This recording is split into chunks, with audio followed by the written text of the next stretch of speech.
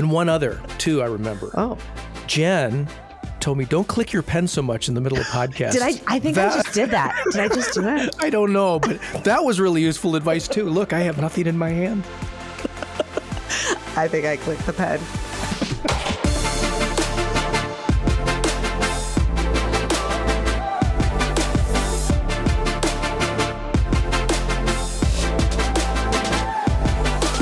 Hello, Loren. Hi, Kelsey. How are you today? I am doing well. How are you? I was about to say I'm doing great, but actually I've upped my melatonin dose at night. I'm not sleeping that great, so I'm a little sleepy today, but otherwise doing great. The melatonin's still hanging around. That's what I'm hearing. Melatonin and valerian root, all natural, but trying to stay asleep. Yeah. Oh, yeah. That's a combination. I was just excited for today's conversation. Yeah, for another episode of Campus Confidential. Today, we're going to do something a little different. It feels like maybe a whole episode of extra credit, but really spending some time just thinking about the podcast in general and how it's been for us. So the first question I have for you is, what has been the most surprising thing to you doing this podcast? I should have a quick answer. I was just telling somebody the other day that I don't know that it's more work than I thought. I mean, I try to prepare for everything, but coming into it a little bit, I thought, well, I like to talk. I'm known as a talker. You plug in, how hard can it be? But the feeling of responsibility, I guess, with our guests, the preparation, therefore, to think about what we want to ask, the technical, our colleagues, Corey and Jen, who've helped us with this immensely. Just the sort of all the technical pieces that make it what it is, all those things just seem a little more work, I guess, than I realized coming in. That's probably a surprise. How about you? I would agree with that. It is a lot of work. I would maybe categorize it as the hardest thing. I was with you.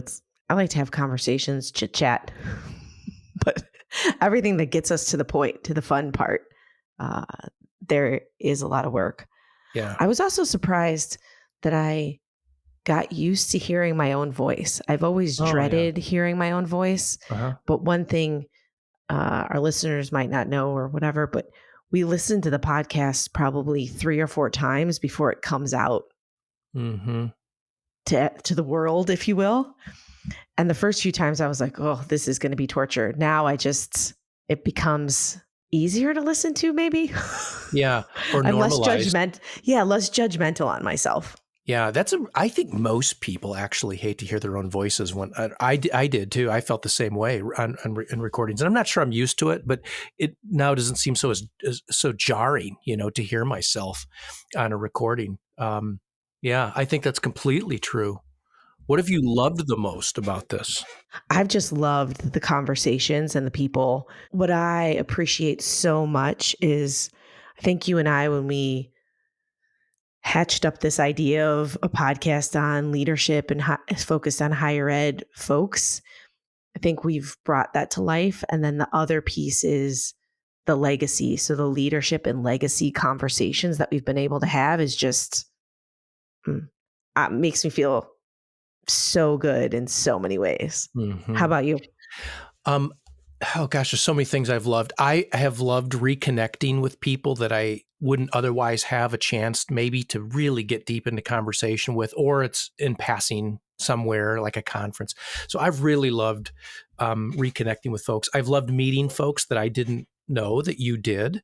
And in the process of researching who they are or talking with them, it's just been so refreshing to hear different perspectives, to learn about myself in the process. I've really, really loved, just time with people. It's been, and actually I've loved having time with you. To know more about you. I have learned a lot about how you think and what you wonder about and what makes you tick, I think anyways, from all the conversations. So just the people time, I think, has been fantastic. Yeah, I agree. And it's fun doing it with you because people are like, Loren is the best person I've ever met. And I think that's fun to be out there and have conversations with people. I only call people who will say that. Otherwise, I tell them, you're not on. You're not on. We're not friends. I can't talk to you. So I've been wondering, when we think about the first part of the season, what lessons have you learned through this process?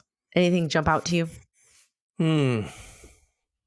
So, oh my God, there was something to learn from every single guest. There are so many great insights, and my notebook, which I know our listeners can't see, but I'm holding up, is full of notes from what everybody shared. A couple of things. I remember TJ talking about how important it is when you walk into a room to ascertain whether a decision has been made or it's being made, because that will then help you know whether your utility and your intelligence and your contributions are about implementing or about setting strategy or making some sort of decision about what needs to be done. I thought that was really smart and helpful for life, let alone careers and leadership roles.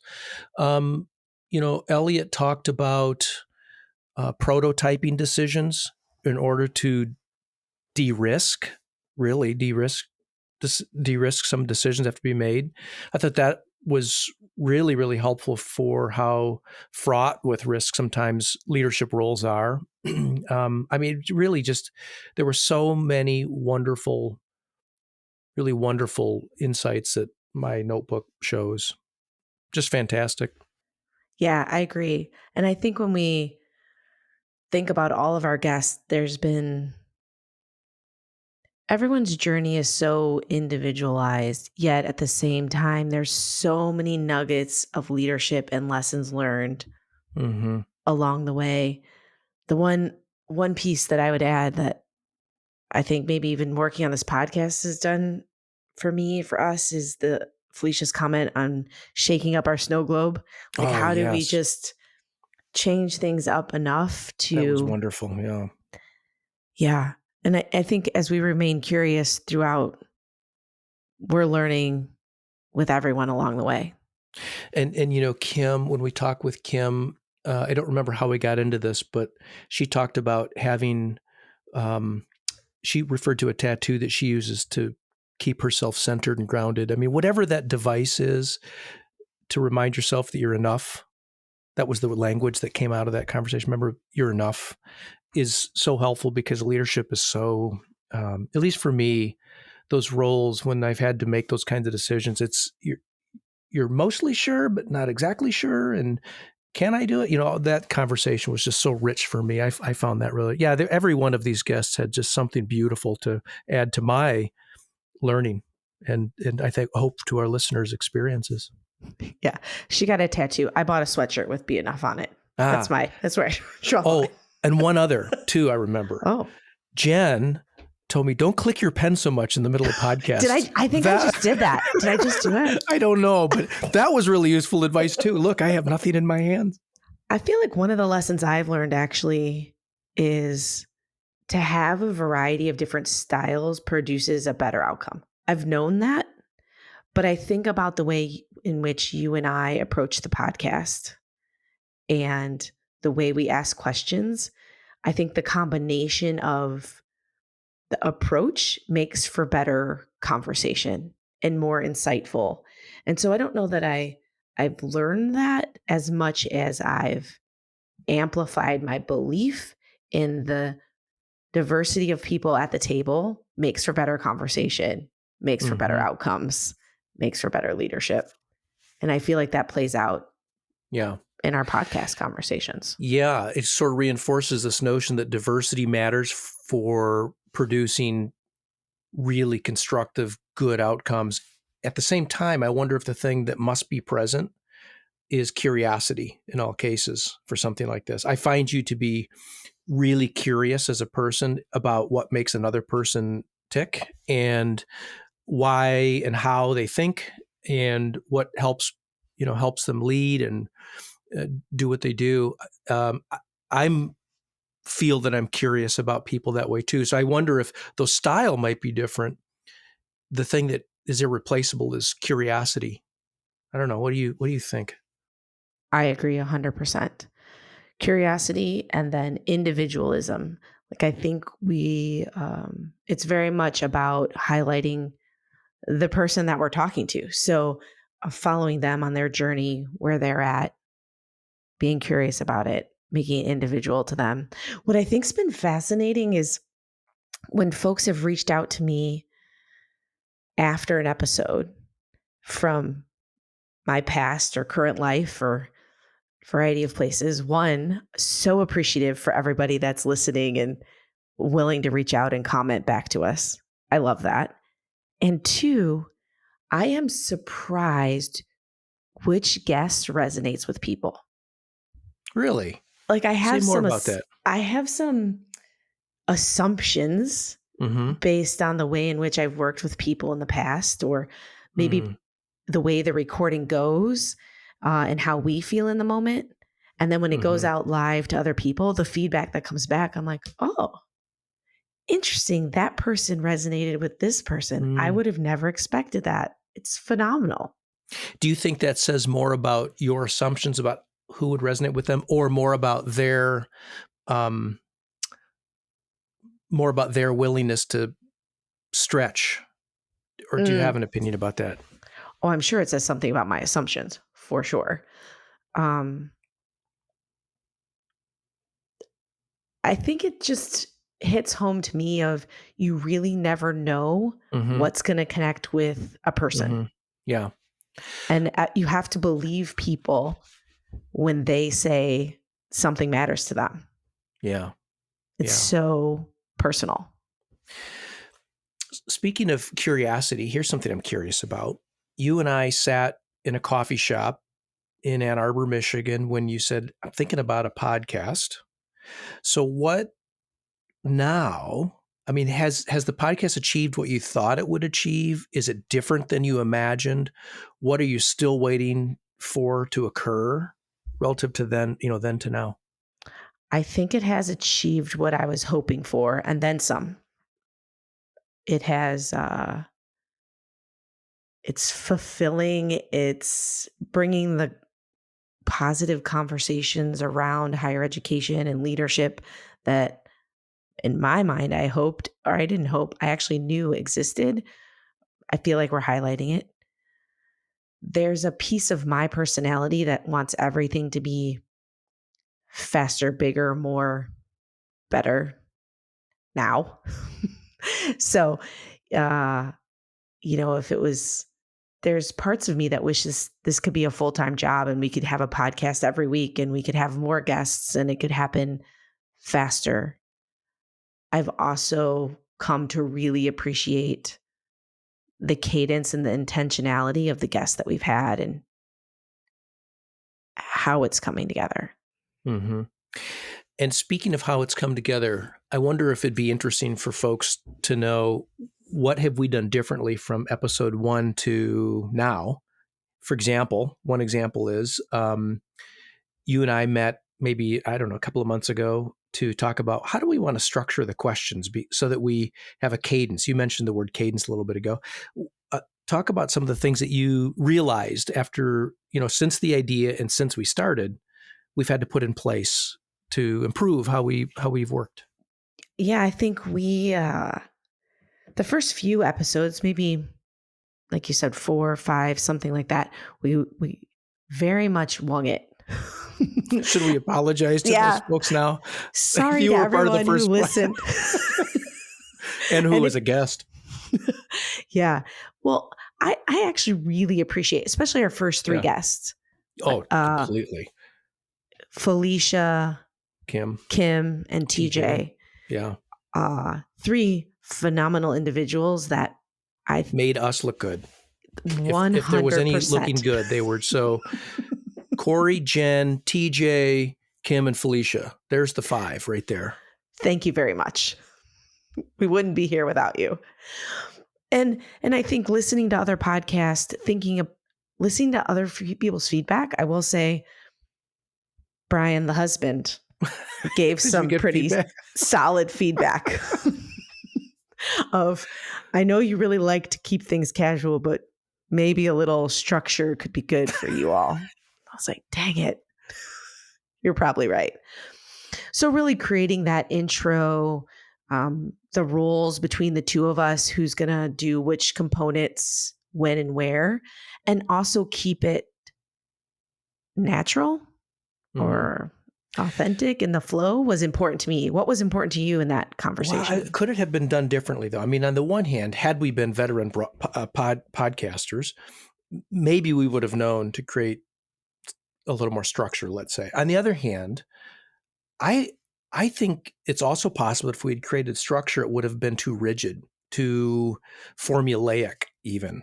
And I don't know if we would have gotten the conversational, and honestly, the three people you mentioned, Kim and TJ and Felicia, were so open and so willing to share their stories that if we had been overly structured and overly formulaic, I don't know if that would have come out. So I don't know that it's a good thing to have started so loose, and we did create structure. But on the other hand, it might even be the thing that led to then the willingness, the lack of structure, the lack of formula led to therefore the openness and the willingness to just be conversant early. At least that's the theory I'm going to work, because you can't change that. No, we can't change that. And if folks haven't listened, feel free to go back and compare. And then I think as we moved a little bit more, we did some different types of podcasts, right? So we went to NASPA and did a live recording. Oh, that was fun. Yeah, with a couple of folks. How did that go from your lens? What made you excited? What made you nervous? Doing something different? Well, actually, let me answer that in two ways. One, to say, you asked earlier what was the biggest surprise, and I mentioned I like to talk. I'm a good talker. I was surprisingly nervous. I was much more nervous, and to start, right, and not NASPA conference per se, but to start this whole podcast. And when we sat down to record in the studio in Charlotte, I was pretty nervous, and I was just getting over COVID, which was screwing up my voice, and I didn't have the energy. But I was surprisingly, for me, given how comfortable I am talking, nervous about it. So that's one thing. I wasn't at all nervous, honestly, at NASPA, to answer your question about that conference. And Jim and Bernard were great. I really liked being in front of people. It was fun, I think, to sort of be live, if you will, and in person, first of all, with guests. We do this a lot virtually, but just to be sitting with you, sitting with them was great. And then to be in a room with other people that you got a little bit of response from folks in the room, whether it's just visual and something you take in, or an audible, something that we could hear. That was fun. I really, really enjoyed that. I'd love to do more of that. Yeah, I agree. And I think we have that on our radar to be live at a conference near you. So hopefully we can make that happen. I think that also speaks to, I want to talk a little bit about the intentionality of our guests. And I think you always say this well, that we're higher education focused, but higher ed adjacent, higher ed serving. Do you want to share with everyone kind of where your head's at when we think about the guests we want to bring on? Well, I know that I think, right, correct me where I'm wrong here, but your original vision was to lift up the stories of higher education. Part of your career certainly has been and is now to serve in these spaces that are serving higher education. And I have always really felt strongly about partnerships outside of higher education.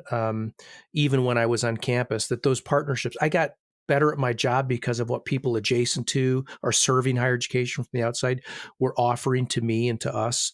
So your vision to sort of think about higher education broadly without that strong boundary of you either work in or you don't, I think was really smart. And some of the guests that we've had on who've worked outside of higher education and now are inside higher education or currently outside higher education all have something to offer to leadership and to higher education. And I think are all thinking about learning and civic purpose and the public good that is higher ed. So that loose boundary, I think, is really, really smart, and probably too reflects a little bit how you and I have always thought about our careers. Was that what you had in mind when you had this idea? I don't know that I thought that far ahead. If I'm being honest with myself, I mean,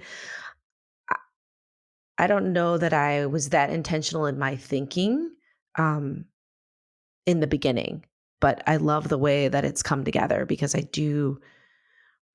Higher ed is a community. One thing that I actually was just talking about last weekend at another conference is so many times people, when they think of higher education, they think 4-year residential institution. That's where it begins and that's where it ends.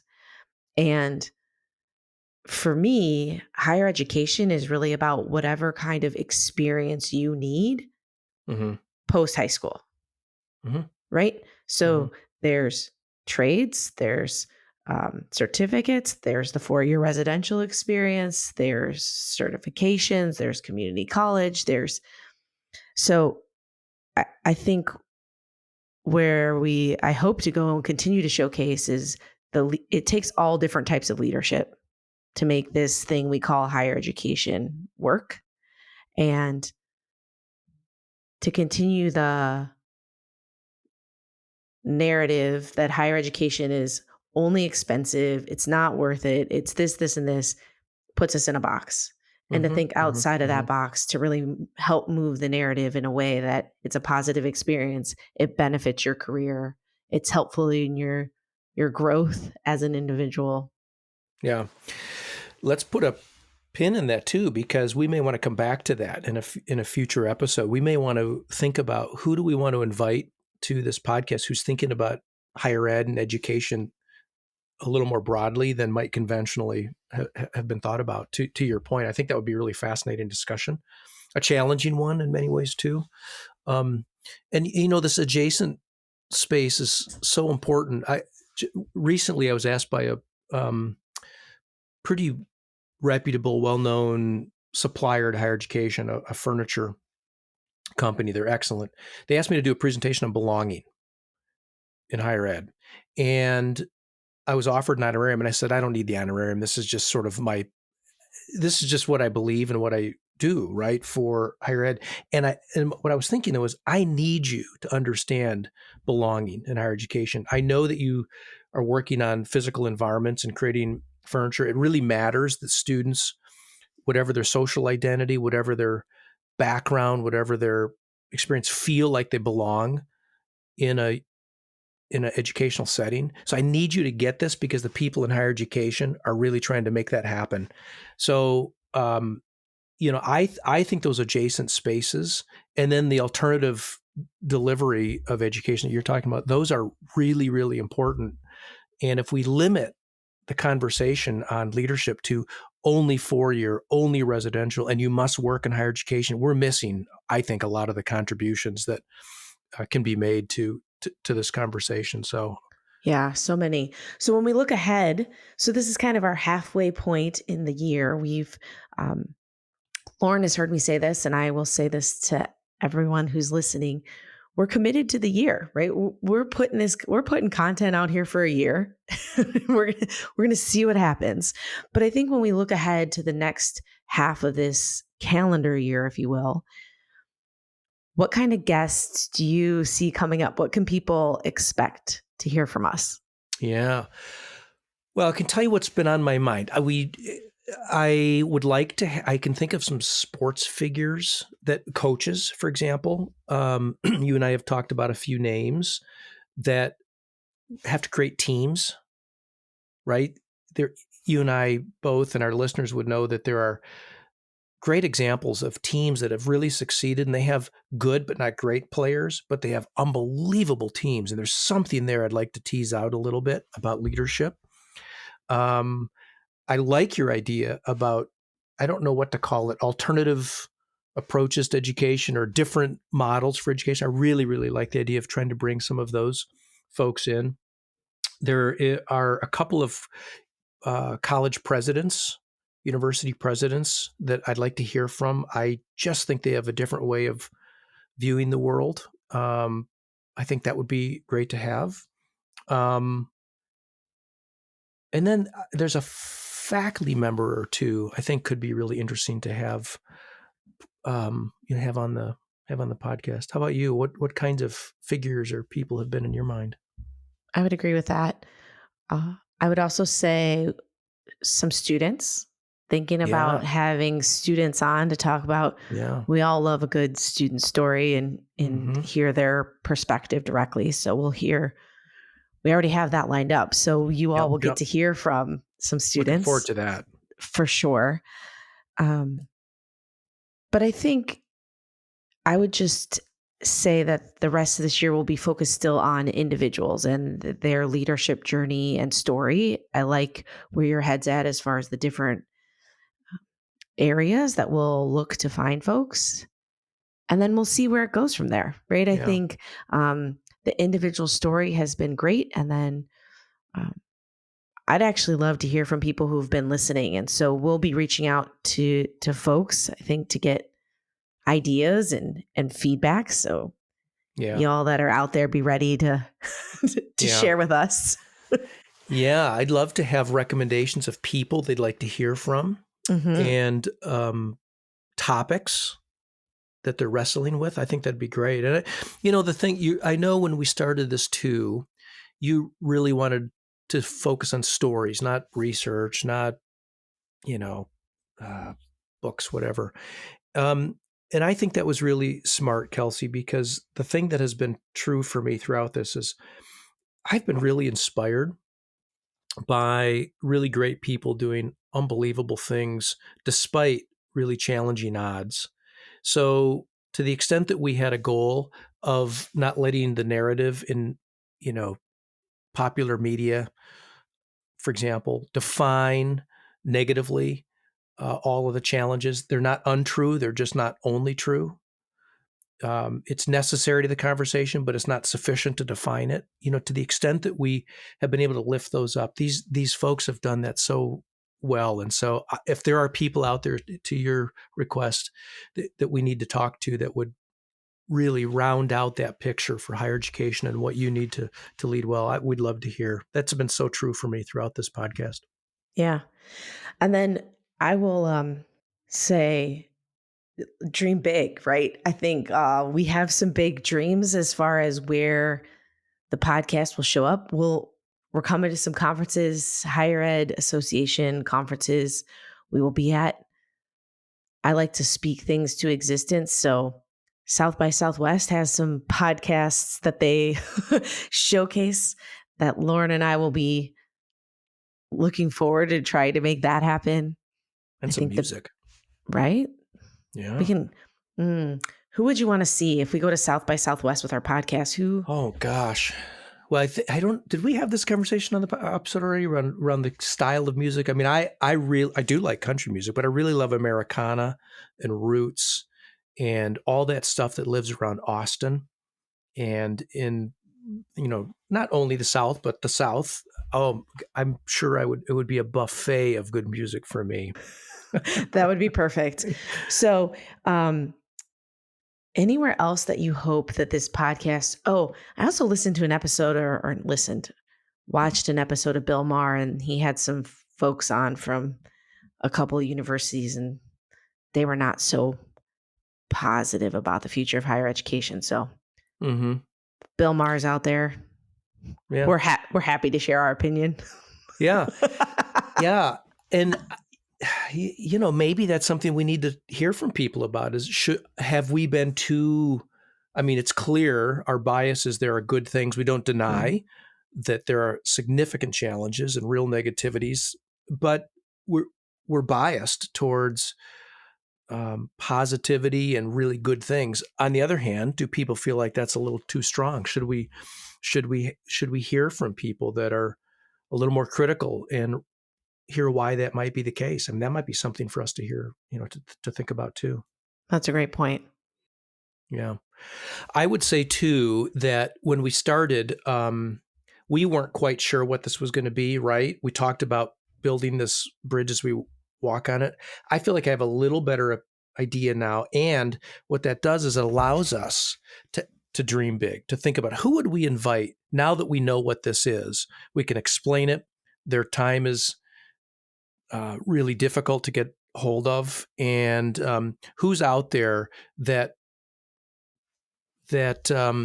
might need a little evidence before they could say yes. And we now have some evidence to share. That might be something to think about too. Or we've terrified everyone. Well, the evidence may not be compelling for those people. I mean, the evidence might work against us, but we have evidence. Yeah. Well, I hope this continues to resonate with some people. As you all have heard in this last few minutes with Loren and I, we are works in progress. This podcast is a work in progress. And I think that's it's the beauty of what we're trying to do is it's a journey, and Campus Confidential is on the journey. I'm on the journey. Loren's on it. The guests that say yes and take a chance with us, we're incredibly grateful to Jen and Corey for their support behind the scenes and everyone who's doing the work to make this happen. We're blessed. So, and thank you, Loren. Yeah, thank you, Kelsey. And thanks again to the 5 people we mentioned earlier who started with us and let us build with them as we were walking. And follow, like, and rate us. Isn't that what you're supposed to say at the end of a... Yeah, that's what you say. I love that you said it. Until next time.